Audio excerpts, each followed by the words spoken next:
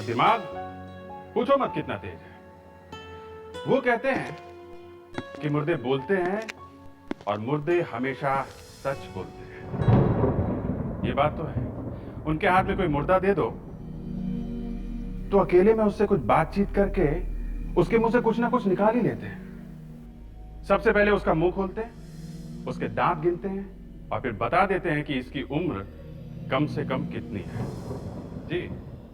फिर उसकी खोपड़ी चेक करते हैं। अच्छा, कुछ लोग मुर्दे को छिपाने के लिए जमीन में गाड़ देते हैं उसको, मगर जब कभी भी वो मुर्दा जमीन में से बाहर निकलेगा डॉक्टर साळुंखे को अपनी कहानी जरूर सुनाएगा। कुछ लोग जला देते हैं, जैसा कि इस केस में हुआ। पूरी की पूरी कारी जला दी।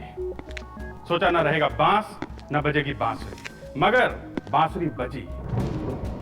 लाशें जल गई थी पूरी की पूरी, मगर डॉक्टर साळुंखे ने कुछ ना कुछ ढूंढ के निकाल ही लिया। क्या? लाश के पैर में एक स्टील की रॉड पड़ी थी। मतलब जो आदमी मरा था उसका ऑपरेशन हुआ था। ये जो स्टील की रॉड होती है उसमें कुछ नंबर लिखे होते हैं, जिसे पता चल जाता है ये रॉड कब बनी थी और किसको दी गई थी। देखा क्या कमाल किया डॉक्टर साळुंखे ने? ये तो कुछ भी नहीं है। इस केस में क्या क्या हुआ आप खुद ही देख लीजिए।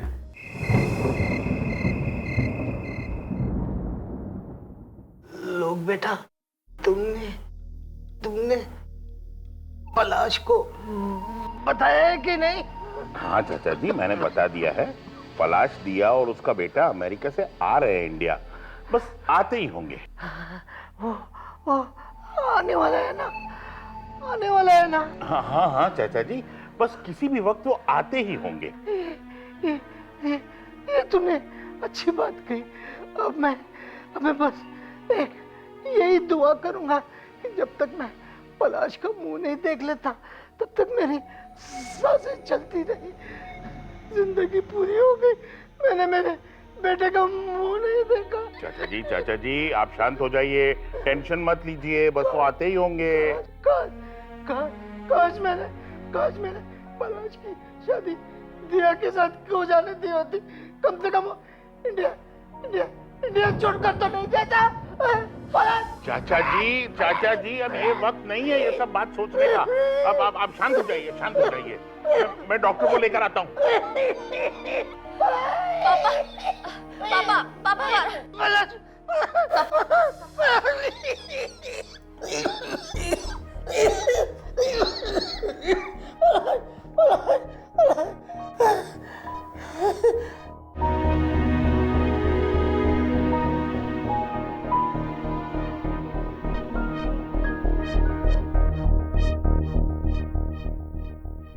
इनके पास अब ज्यादा वक्त नहीं है।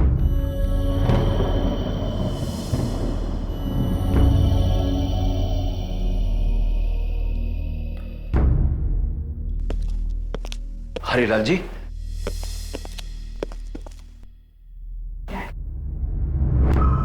तो जमशेद जी है ना, दादाजी के वकील। ये यहाँ क्या कर रहे हैं? मैं जानता हूँ, लेकिन ये यहाँ कैसे पहुंच गया ये मुझे समझ में नहीं आता है। हरिलाल जी,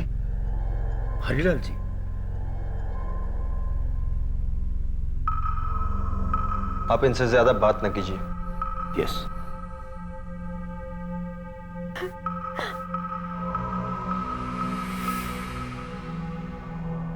हाँ, excuse me, I am sorry to say, but थोड़ी देर के लिए आप हरिलाल जी को अकेला छोड़ दीजिए प्लीज। देखिए इनका ख्याल रखिएगा। Oh yes.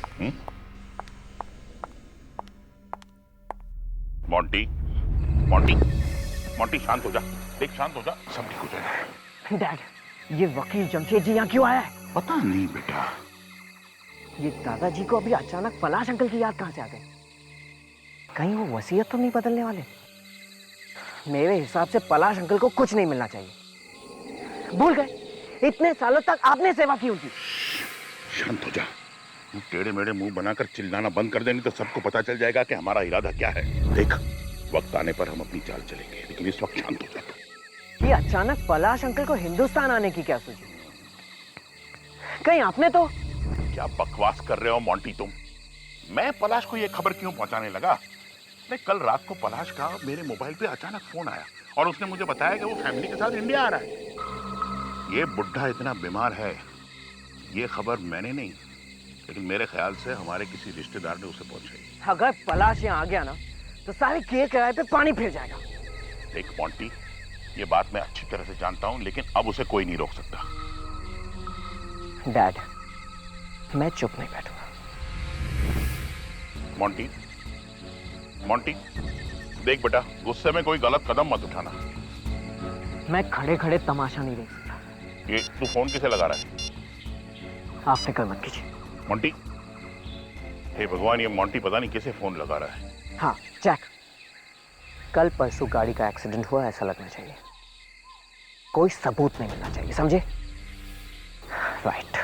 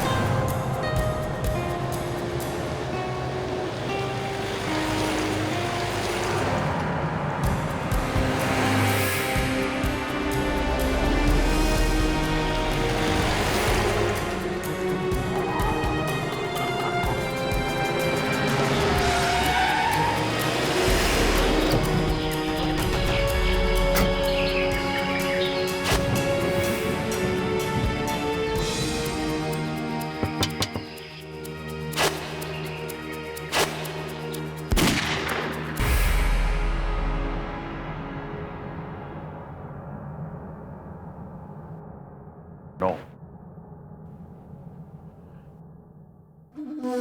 अरे ये पलाश भाई साहब अभी तक आए क्यों नहीं? लोग भाई साहब, हाँ? पंडित जी और इंतजार नहीं कर सकते। 1 घंटा हो गया है। पलाश जी को अब तक तो यहाँ पहुँच जाना चाहिए था। That's right, that's right. तुम्हारे पास उनका नंबर है? नहीं, उनका पहला फोन अमेरिका से आया था, लेकिन वो फोन उन्होंने उनके घर के लैंडलाइन से किया था और दूसरा फोन एयरपोर्ट से। हेलो जी? हाँ जी, जी हाँ, ये हरीलाल जी का ही घर है जी। क्या?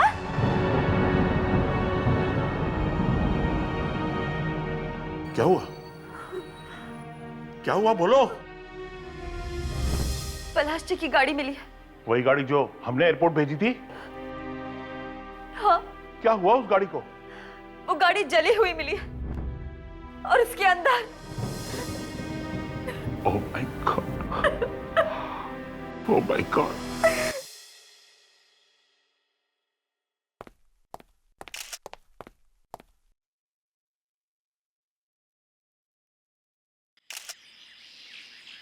माय गॉड, तीनों की तीनों लाशें बुरी तरह जल गई हैं। इस ड्राइवर सीट पे कोई नहीं है। ये बात तो है सर। ड्राइवर कार छोड़ के भाग गया होगा सर। हाँ, चलो जरा बॉडीज को निकालो संभाल के, देखो कहीं वो टूट न जाए।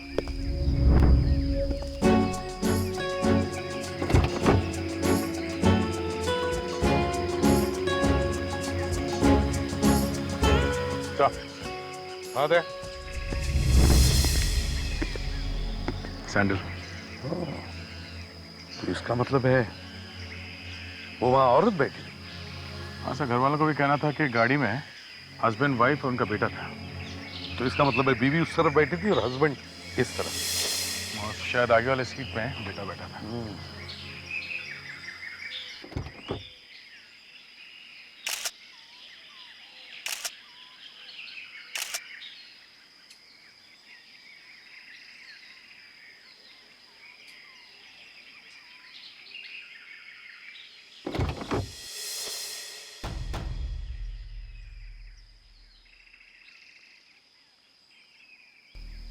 सर। हाँ दे, कार वही है, MS02L3131। नंबर वही है जो उन लोगों ने बताया था। एक बात समझ में नहीं आ रही दैट, ये ड्राइवर भागा तो भागा कहाँ? सर, हाँ, यहाँ कुछ जले हुए पासपोर्ट मिले। पता चलेगा किसके पासपोर्ट है? काफी जले हुए हैं, लेकिन साळुंके साहब थोड़ी मेहनत करेंगे तो पता चल जाएगा किसके हैं। साळुंके साहब जरूर पता लगाएंगे अभिजीत। थोड़ा खिसका हुआ है लेकिन है बड़ा ब्रिलियंट।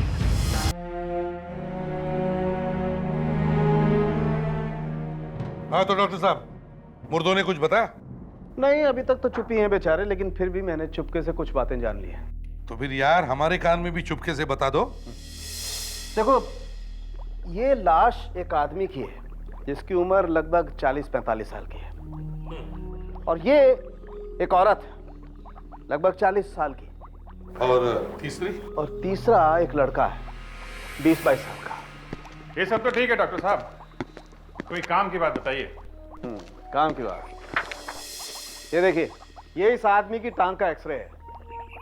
इस आदमी का एक्सीडेंट हुआ होगा कभी, इसकी टांग में ये रॉड डाली गई है स्टील की। सर, पलाश के परिवार वालों को मालूम होगा कभी उसका एक्सीडेंट हुआ था क्या? हाँ, साळुंके, क्या इनका चेहरा बना सकते हो? एसीपी साहब, लाशें पूरी तरह से जल गई है, चेहरा बन सकता है लेकिन ठीक नहीं बनेगा। सर, एक और बात है। वो क्या? कार में आग अपने आप नहीं लगी है, बल्कि लगाई गई है। कपड़ों में से केरोसिन की बदबू अभी भी आ रही है, और केरोसिन के साथ रबर सॉल्यूशन भी यूज किया गया है। मतलब ये खून है?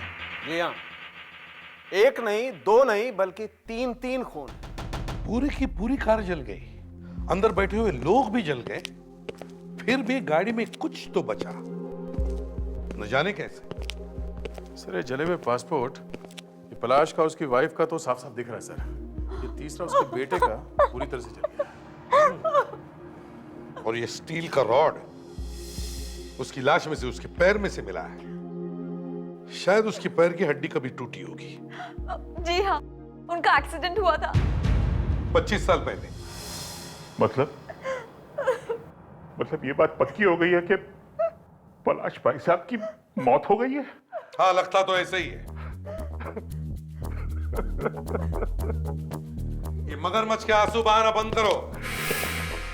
पलाश और उसकी फैमिली की मौत का सबसे ज्यादा फायदा तुम लोगों को ही होने वाला था। मतलब उनकी मौत के जिम्मेदार हम हैं? जी हाँ, गाड़ी में आग अपने आप नहीं लगी, किसी ने आग लगाई थी। पलाश जी अपने डैडी से मिलते या नहीं मिलते, उससे मेरे भाग्य में कोई फर्क नहीं पड़ने वाला था। अरे मुझे तो एक फूटी कौड़ी भी नहीं मिलने वाली थी। हाँ, अगर पलाश जी कुछ दे देते तो बात अलग थी।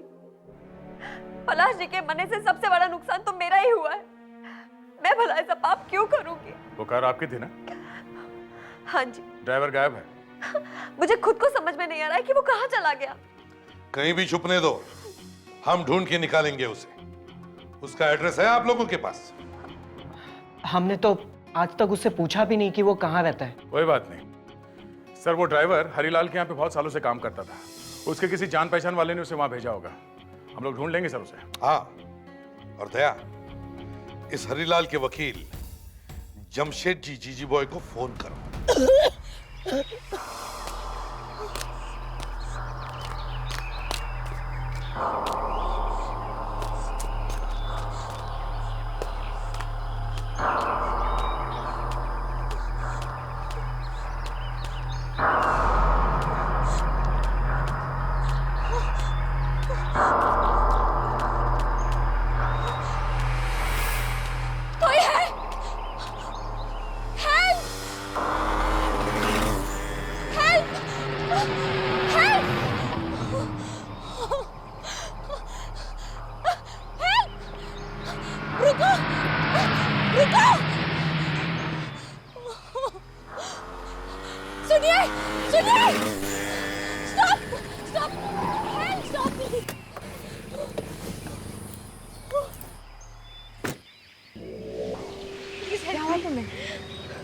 Oh my God, मुझे चोट भी लगी है।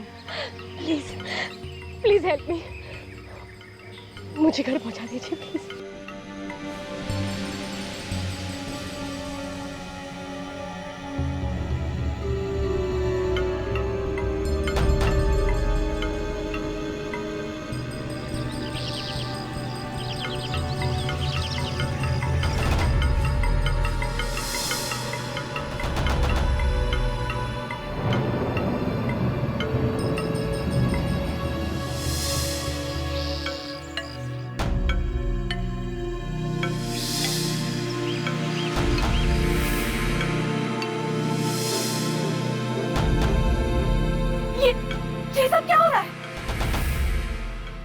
कौन हो तुम?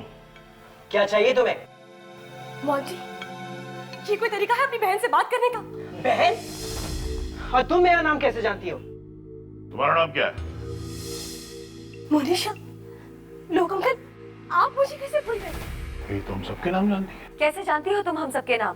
क्या आंटी? हाँ, मुझे बहुत ही बुरा लग रहा है कि आपने मुझे नहीं पहचाना। मैं मोनिशा, पलाश और दिया की बेटी मोनिशा। What? पलाश और दिया की बेटी? ये कैसे हो सकता है? ये सब झूठ बोल रही है। पलाश और दिया की कोई बेटी नहीं, उनका तो बेटा था। मैं झूठ नहीं बोल रही हूँ आंटी। पलाश और दिया को कोई बेटा नहीं था, बस एक बेटी थी और वो मैं हूँ मोनिशा। नहीं, पलाश और दिया का एक ही बेटा था जो कार एक्सीडेंट में मारा गया, पलाश और दिया के साथ। अरे उन्हीं की तो शोक सभा मना रहे हैं हम लोग।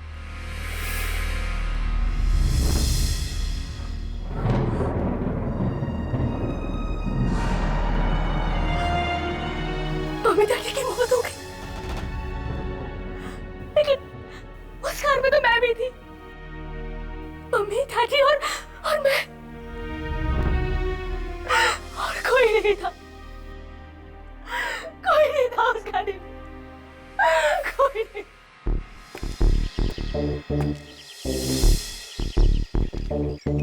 तो यही एड्रेस दिया था जमशेद जी ने।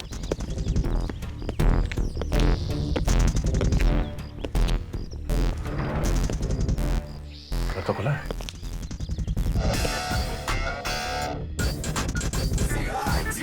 लगता है घर में कोई नहीं है।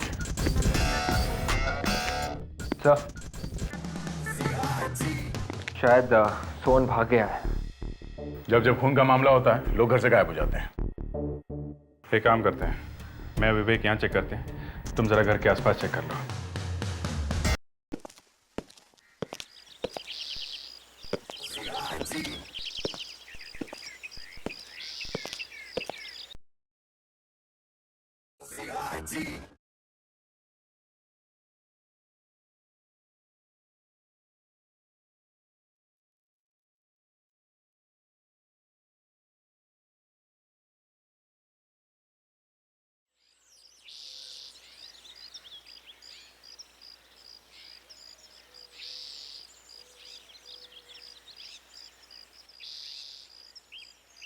अभिजीत,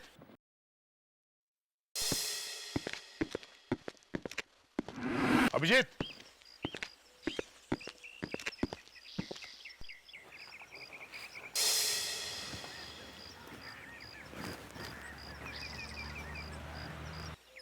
हाँ है कुछ?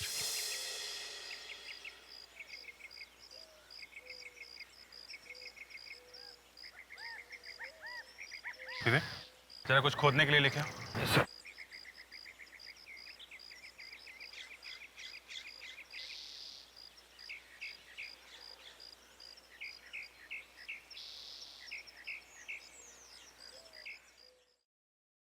सर,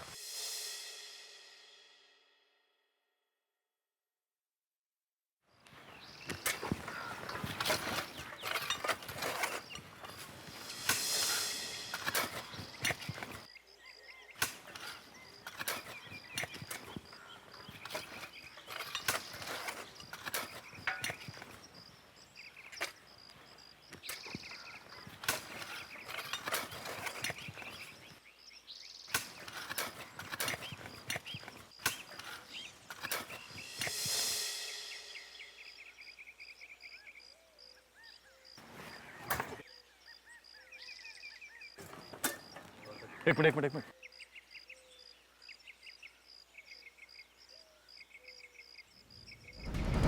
गले से ही निकल रहा है। सर, घर में कोई हाथापाई के निशान भी नहीं थे। ऐसा लगता है जब वहां सड़क पे कार जल रही थी तो ये वहां से भागा होगा, तो शायद कोई इसका पीछा करते करते यहाँ तक आ गया। अगर ये वहां से भागा तो हरीलाल के घर क्यों नहीं गया? ये यहाँ के क्यों छुपा? बस मुझे लगता है कार को जलाने में इसका भी हाथ था।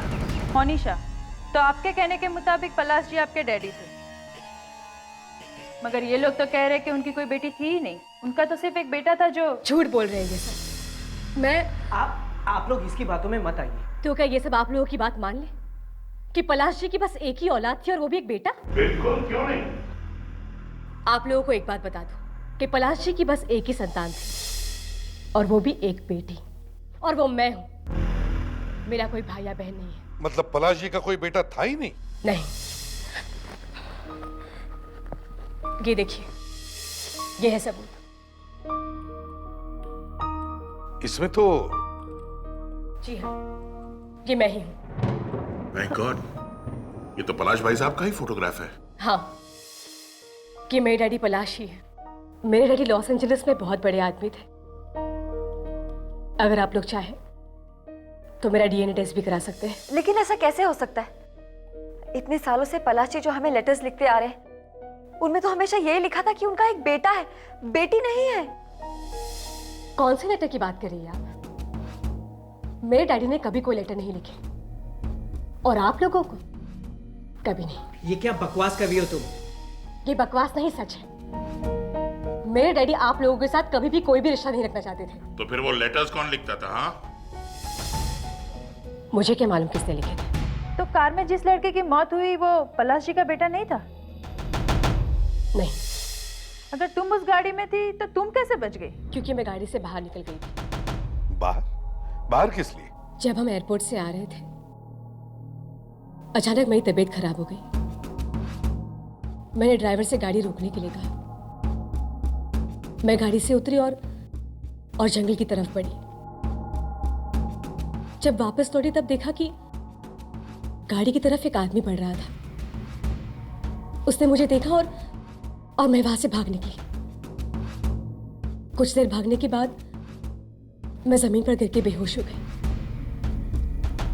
जब सुबह उठी तब मालूम पड़ा कि उस आदमी ने मेरी पूरी फैमिली को मार दी। वो तीसरी लाश कहीं उस आदमी की तो नहीं है? या फिर सर वो लाश उस ड्राइवर की भी हो सकती है? नहीं सर, वो बॉडी ड्राइवर की नहीं हो सकती, क्योंकि ड्राइवर मिल गया है। जिंदा या मुर्दा? मुर्दा सर। किसने मारा उसे? अभी तो कुछ पता नहीं चला है सर। अच्छा, दे।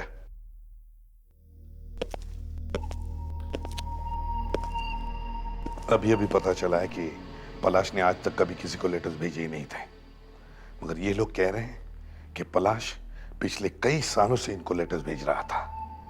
एक काम करो, वो सारे के सारे लेटर्स ले आओ, और हरिलाल के ऑफिस में जितने भी लोग काम करते हैं वो और ये तीन, इन सब के हैंडराइटिंग के सैंपल्स ले लो।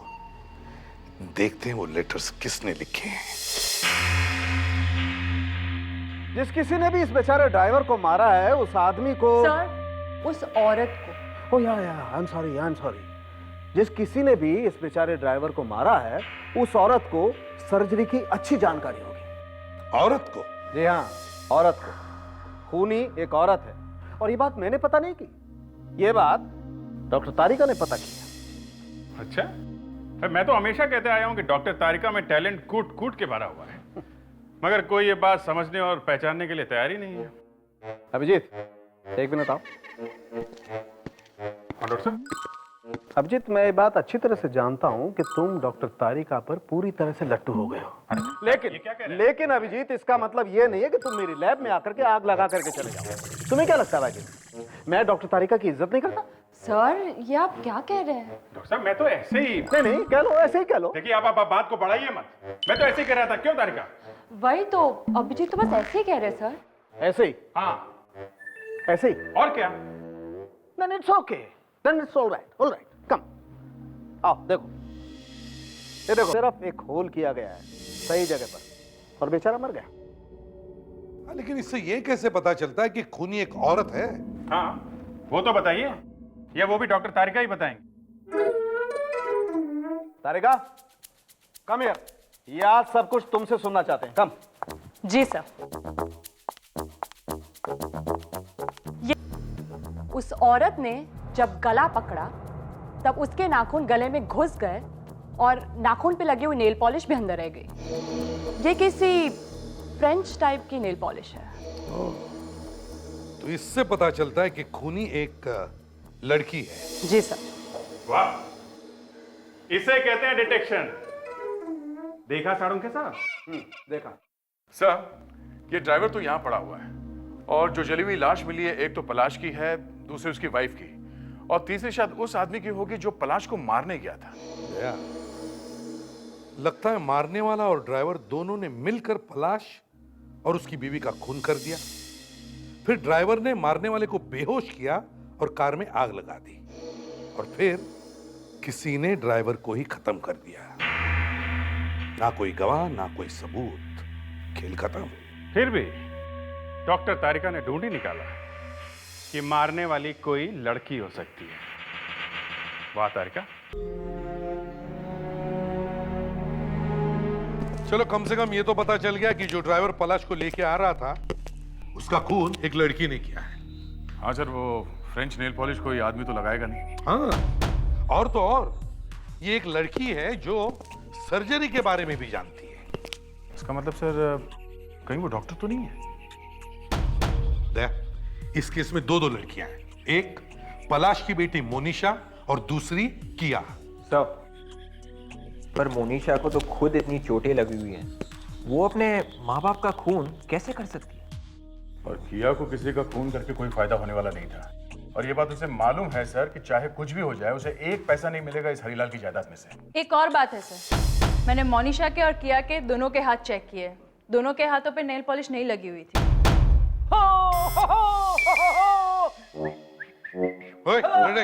क्या हुआ? सर मिल गया। मिल गया? सर, हरीलाल के वकील जमशेद ने जो सैंपल दिया था हमें पलाश की हैंडराइटिंग का, उसे देखकर सब पता चल गया। मतलब पलाश ने जो अमेरिका से लेटर लिखे थे उसने खुद लिखे? नहीं सर, उसने नहीं लिखे। मगर पलाश तो पिछले 20 साल से लेटर्स लिख रहा था। सर, कोई दूसरा आदमी पलाश की हैंडराइटिंग में वो 20 साल से लेटर लिख रहा है। और तो और सर, ये दूसरा आदमी अमेरिका में नहीं है, यहाँ अपने इंडिया में। अच्छा, ये देखिए सर। सर, हरीलाल के ऑफिस में एक आदमी काम करता है, उसी ने लिखे हैं सारे लेटर। कौन है ये आदमी? सर, कोई कुनाटी नाम का आदमी है, senior accounts manager. Senior accounts manager? Sir, इसी ने मरवाया होगा पलाश को, उसकी वाइफ को और उसके ड्राइवर को। दया, उठाओ इस कोनाटी को। हम लोग सीआईडी से हैं। कोनाटी साहब हैं घर में? जी नहीं साहब, तो बाहर गए हुए। कोई बात नहीं, तुम सही बात कर लेंगे हम लोग। साहब, मैं झूठ नहीं बोल रहा हूँ साहब, वाकई गीता मैम साहब के साथ बाहर गए हुए हैं। गीता मैम साहब कौन है? जी, कोनाती साहब की वाइफ है सर।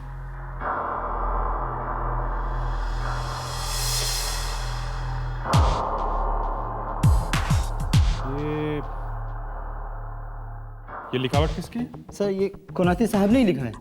ओह सर, कोनाती साहब की लिखावट देखिए, बड़ी खूबसूरत है, अच्छा कैलीग्राफर है। अभिजीत, अब समझ में आया इसने क्यों पलश की नाम से वो नकली लेटर्स लिखे हैं। ये बताओ, तुम्हारे कोनाटी साहब कब से गायब है? साहब, 4 दिन हो गए साहब। 4 दिन? 4 दिन पहले? सर, ये कार भी तो 4 दिन पहले ही चली थी। जिस दिन से पलाश मरा है उस कार में जल के, उसी दिन से कोनाटी भी गायब। सुनो, क्या तुम्हें कुछ अंदाजा है ये लोग कहाँ गए होंगे? नहीं सर, मुझे भी काफी फिक्र हो रही है उनकी। कोई आता था साहब से मिलने के लिए? जी, एक आदमी आता था साहब। कौन? पता नहीं साहब, काफी पैसा लेके आता था, पर वो साहब। कितनी बार लाया था वो पैसा? साहब, बहुत बार आया था वो। एक बार साहब का एक्सीडेंट हो गया था, तो ऑपरेशन के लिए भी उसी ने साहब पैसे दिए थे उनको। किस चीज का ऑपरेशन हुआ था? एक बार हमारे साहब के पैर की हड्डी टूट गई थी। अच्छा, ये जो आदमी पैसा लेके आता था वो कैसा दिखता है? I mean, बुढ़ा है, जवान है, कैसा है वो? जवान था साहब, 20-22 साल का था, काफी अमीर लगता था साहब। अभिजीत, विवेक को फोन करो और कहो कि मोनिशा पर नजर रखें, और दया, जरा हॉस्पिटल में जाकर इस कोनाटी के ऑपरेशन के बारे में पूछताछ करो। Yes sir. तुम्हारे साहब का ऑपरेशन कौन से हॉस्पिटल में हुआ था? डॉक्टर सोधी साहब के हॉस्पिटल में।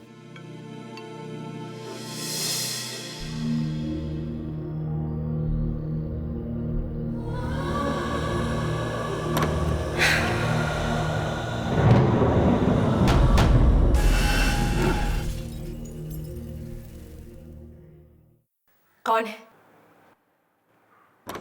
कौन है वहां पर? कौन? मुझे नहीं पता ये चाकू कहां से आ गया। चलो। शर्म नहीं आती तुझे? हैं? शर्म नहीं आती तुझे? बाबा आप तो विश्वास कीजिए, मुझे किसी ने फंसाया है। झूठ बोल रहा है ये। फंसाया तुझे?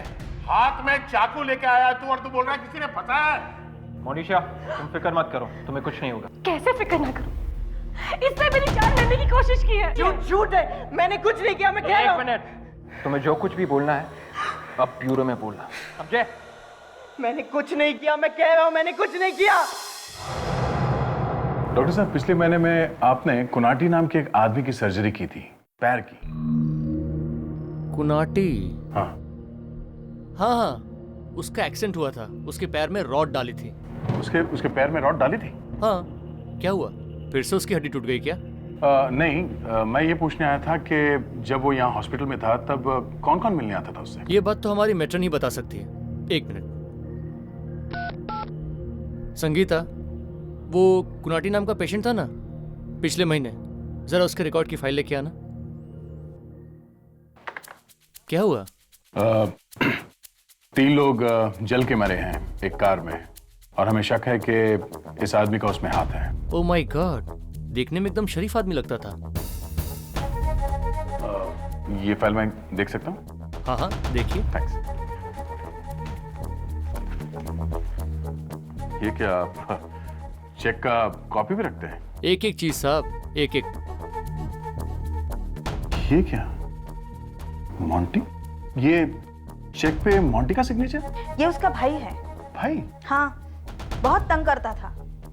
आखिरी दिन एक टेढ़ी सी औरत भी आई थी। टेढ़ी औरत? नाम क्या था उसका? जरा आखिरी पेज खोलिए ना। किया? हाँ किया। मैंने बोला कोलाटी को हम लोग अभी नहीं छोड़ सकते, 1-2 दिन रुकना पड़ेगा। तो बोली मेरे को मत सिखाओ, मेरे को मेडिकल के बारे में सब मालूम है, मैं सर्जरी भी जानती हूँ। तो किया कुनाटी को यहाँ से ले गई? हाँ। ठीक है, थैंक्स। ये बिल ले जा सकता हूँ मैं? Why not? Sure. थैंक्स। मैं आप लोग से कह चुका हूँ, मैंने मोनिशा को चाकू नहीं मारा। लेकिन चाकू तो तुम्हारे हाथ में था। हाँ। वो कहां से आया है? पता नहीं अंधेरे में कहां से आ गया। मैं तो बस टकराया था किसी से और चाकू हाथ में आ गया। अंधेरे में चाकू आ गया हाथ में? हाँ, किसी ने मुझे धक्का मारा।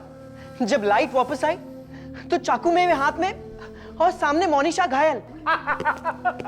सर मैं पागल हो जाऊंगा सर।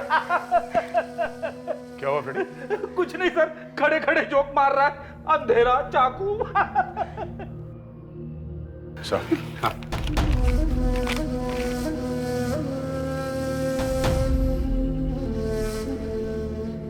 ओह, तो ये बात है। ये क्या है? हैं? क्या ये अकाउंट्स मैनेजर के ऑपरेशन का बिल? हाँ, वो उनका ऑपरेशन होने वाला था, इसलिए मैंने पैसे दिए। पुराने एम्प्लॉय है ना। अरे एम्प्लॉय?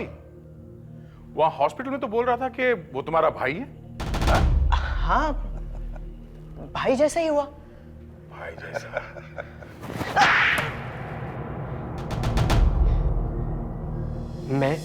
मेरे डैड और अकाउंटेंट इस कंपनी को लूट रहे हैं। अकाउंटेंट ने धीरे धीरे करके लाखों रुपए हमें निकाल के दिए। हमें मालूम था कि पलाश अंकल अब कभी नहीं आने वाले, मगर पलाश वापस आ गया। हाँ। और तुम लोगों ने उसे मरवा दिया। कहाँ है ये अकाउंटेंट अभी? मुझे नहीं मालूम। ये किया तुम लोग के साथ मिली हुई है? किया? हाँ सर, किया अकाउंटेंट कुनाटी को लेके गई है। कहाँ? सर कह के गई है कि उसे सर्जरी के बारे में मालूम है। अच्छा, मतलब ये किया सर्जरी भी जानती है? तो दया कहीं उसी ने तो ड्राइवर का खून नहीं किया। कहाँ लेके गई है कुनाटी को वो? हाँ? मुझे नहीं मालूम। दया, इनके घर चल के देखो।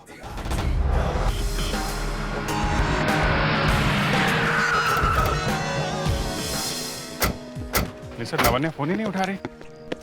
साहब। घर के सब लोग कहाँ हैं? अंदर है? नहीं साहब, किया मैडम और मोनिशा मैडम तो अभी भी बाहर गई हैं। बाहर गई है? कहाँ गई है? मालूम नहीं साहब। अरे मालूम कैसे नहीं तुम्हें? कहीं हमारी ऑफिसर लावण्य तो उनके साथ नहीं है? नहीं साहब, वो दोनों ही थे। तो फिर लावण्य अंदर ही होगी, जल्दी जाके देखो। लावण्या, लावण्य कहाँ चली गई? लावण्य, लावण्य, लावण्या। बड़े लोग हैं साहब, क्या मालूम। सर, सर जल्दी आइए। लगता है फ्रेडिक्स ने कुछ गड़बड़ की है। सर, लावण्य अंदर बेहोश पड़ी हुई है सर। लावण्य, आंखें खोलो लावण्य, लावण्य। सर, लावण्य, लावण्य, अरे ये ठीक तो है? लग तो नहीं रहा है सर। तो फिर जल्दी से हॉस्पिटल ले चलो, जल्दी। Don't waste time. संभाल के लेके जाओ, लेके जाओ। सर, इसके पहले कि किया बहुत दूर निकल जाए, हमें सबको अलर्ट कर देना चाहिए। हाँ, वो गाड़ी किसी भी हालत में शहर से बाहर नहीं जानी चाहिए। Hello control room.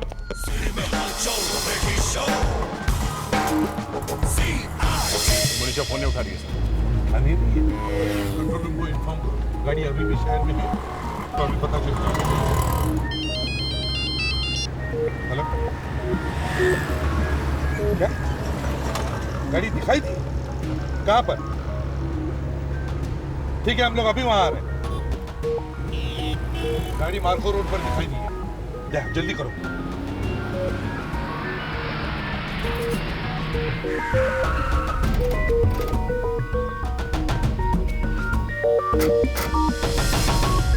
Very good Monisha, तुमने बहुत अच्छा काम किया। मगर आपने भी तो मेरी इतनी मदद की है, वरना ये सब कुछ तो। कम ऑन मोनिशा, तुम पलाश भाई साहब की सगी बेटी हो, तुम्हारे लिए तो कुछ भी।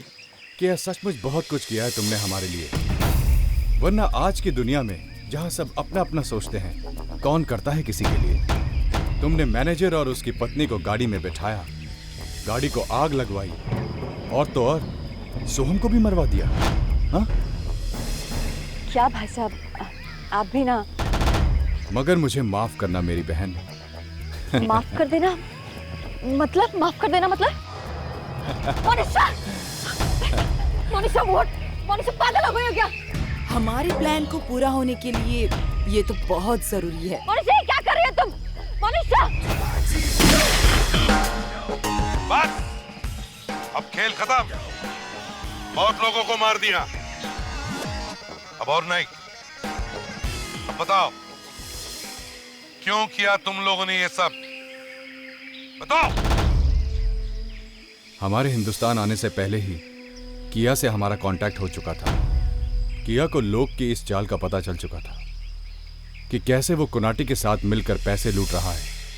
किया ने ही हमें बताया कि मोंटी ने किसी जे नाम के आदमी को हमें मारने के लिए सुपारी दी हुई है।